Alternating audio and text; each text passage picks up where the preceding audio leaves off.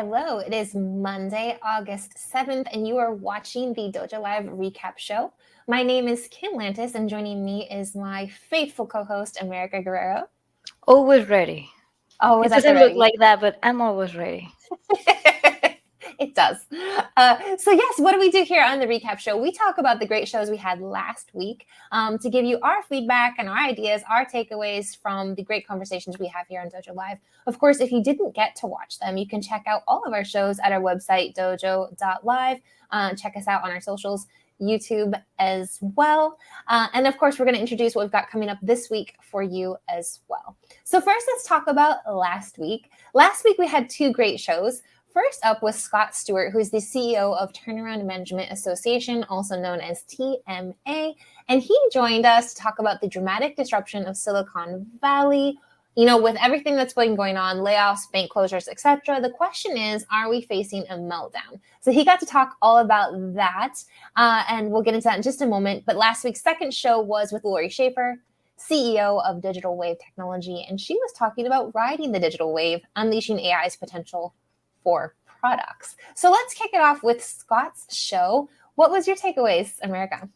Well, we talk about the impact of AI and automation on the economy and jobs.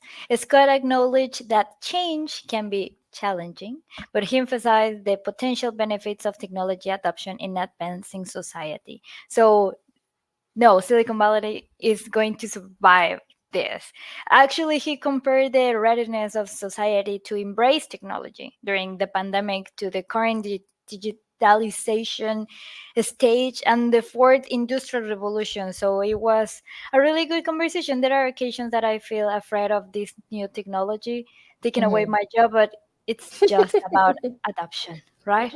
Yeah, but not only that, it's just about this introduction of change and how he talked a lot about the why, like what's happening, how it happened, and also I think there's just this lot of comfort in saying this is normal, right? Financial ups and downs are normal. I think the one that we're currently experiencing was actually a long time coming, which can make the current younger generations a bit nervous because it's their first experience kind of with something like this, mass layoffs and things at the scale.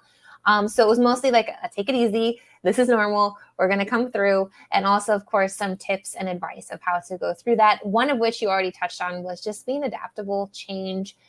He did have some takeaways at the end. I think the first one was don't panic, right? Was the first thing. Yes, it was don't panic. And then it's ask for help.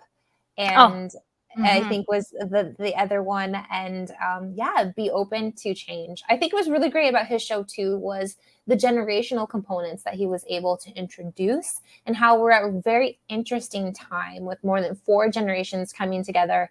The first one being where technology, before there anything like software technology even existed, and then the current younger generation of like, they don't even know what life is without it, right? And so there's this really cool Combination merge.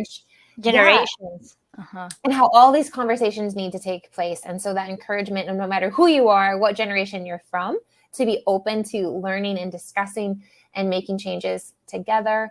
And a common thread, I think, there was this continuous education and knowledge sharing, which is a lot that came up with Lori's show as well.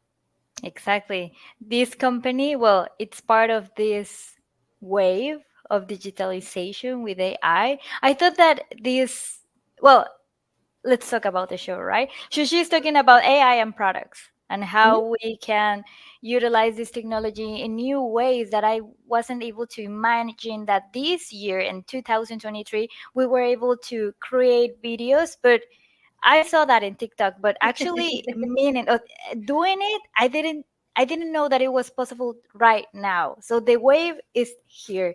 It's not coming, and we just need to Yeah. adapt as The well. question, I think, was a lot of the AI applications that she mentioned. The question was like, whoa. Is this real? This is actually happening right now. We're utilizing it in these ways, or this is what we're expecting in the future. And she's like, no, Exactly. this is real. It's happening.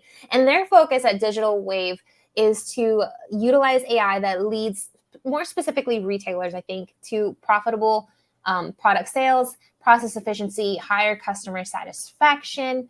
And a lot of that is through AI, like allowing AI to create different content in different spaces across different mediums to tell, but here's the cool part, to still have this unique voice and similar stories all throughout, right? So that there's that, whatever makes a company themselves, right, isn't lost. And I think there was a really cool point in her conversation, what you alluded to earlier. I think this, AI is taking my job. And she says, no, not at all. There's no replacement. The human component is still very necessary in this terms of quality assurance, quality checks, the final say. But really, I think one of the numbers we just threw out there, it wasn't like the exact number, but for example, people who are running these campaigns, content creators and product managers and whatever, instead of maybe being in charge of 10 campaigns, I can now be in charge of 100, right? So it's just making everything so much faster and so much easier. And I think she even threw out numbers like, big retailers like Target and people, Amazon's probably even more, but like, I think she said 6 million different products that we're trying to, advertise for and have this same story for it. And so their applications of AI there are really, really incredible at Digital Wave. She also, I think her words of wisdoms leaned into, I don't remember the exact phrase that she said, but it talks about embracing curiosity, right? That she as an individual is constantly reading, constantly keeping up on things. And I thought this was really cool with, generative AI and ChatGPT. One of the ways in which she's personally utilizing was new to me is copying and pasting transcripts of shows like Dojo Live or, articles from magazines or newspapers or wherever, and asking for a summary, and then allowing the AI to create that reduced component for her to help her determine if it's really worth her time or not to read the whole thing. So I thought that was a really cool application as well. We should ask her to come back, because I remember that in backstage he wanted us to touch or ask her about women in tech.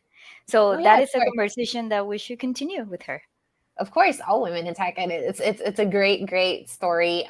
Super fun. So check out those two shows from last week. This week we actually have 2 shows coming up as well. Tomorrow as well as Wednesday. Who slow it down, Kim. Who will we be talking with? Yes, we're going to have a conversation with Bruno Beer, co-founder and CEO at the company Niftify. I think it's Niftify. Niftify, yeah. And the topic is going to be about the Bitcoin era. Will blockchain and AI be useful to human beings? Yeah. We haven't talked about Bitcoin, useful, right? And I think this idea, will it be forced but useful? And we probably know the answer, and it's yes. Because I think even Scott's show last week was like, yes, AI is coming. There's no stopping it, right? So it'll be really cool continuation. I'm sorry. We've got Bruno's show for when? Tomorrow, right? Yes. 8. All right. Perfect. And then on Wednesday, we're going to follow it up with Jonathan Ross Friedman, co-founder and CEO of the company of Super Social. How does the metaverse redefine brand realities and drive customer engagement by providing immersive and interactive platforms that transcend conventional marketing methods? It is a long question.